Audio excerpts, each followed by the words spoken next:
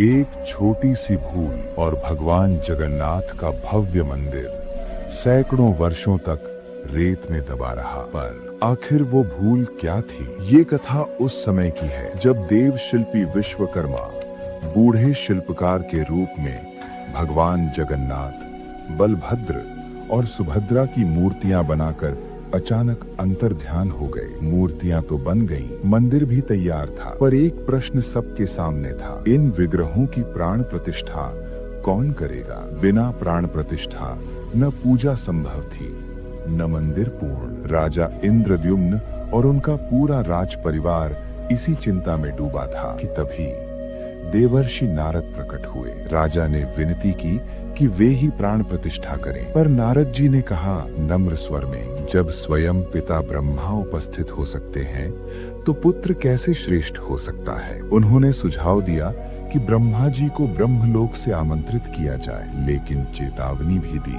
गंभीर स्वर, ब्रह्मलोक की यात्रा में पृथ्वी पर सैकड़ों वर्ष बीत जाएंगे। लौटने पर न राज्य रहेगा न परिवार। राजा मृत्यु से नहीं डरे, पर मंदिर की चिंता उन्हें व्याकुल कर रही थी। नारद जी के कहने पर राजा ने पूरे क्षेत्र में 100 कुएं, 100 जलाशय, 100 सराय बनवाए और 100 यज्ञ कराए, ताकि भूमि पवित्र और सुरक्षित रहे। रानी गुंडीचा ने संकल्प लिया भावुक स्वर में, राजा के लौटने तक मैं समाधि में रहूंगी। इसके बाद राजा इंद्रद्युम्न नारद जी के साथ ब्रह्मलोक गए और ब्रह्मा जी को साथ लेकर लौटे। लंबा ठहराव। जब वे वापस आए तो कई सदियां बीत चुकी थीं। पुरी में अब राजा गालू माधव का शासन था और श्री मंदिर समय की रेत में दबा हुआ था। राजा गालू माधव ने मंदिर को रेत से बाहर निकाला,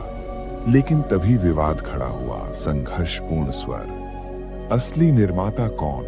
इंद्रद्युम्न ने कहा कि मंदिर का मूल निर्माण नील माधव की आज्ञा और हनुमान जी की सहायता से उन्होंने किया था। गालू माधव को संदेह था। तभी हनुमान जी साधु के वेश में प्रकट हुए। उन्होंने कहा गंभीर स्वर में, यदि यही सच्चे निर्माता हैं तो इन्हें गर्भगृह का मार्ग खोजने दीजिए। इंद्रद्युम्न ने सहज ही वो मार्ग ढूंढ लिया।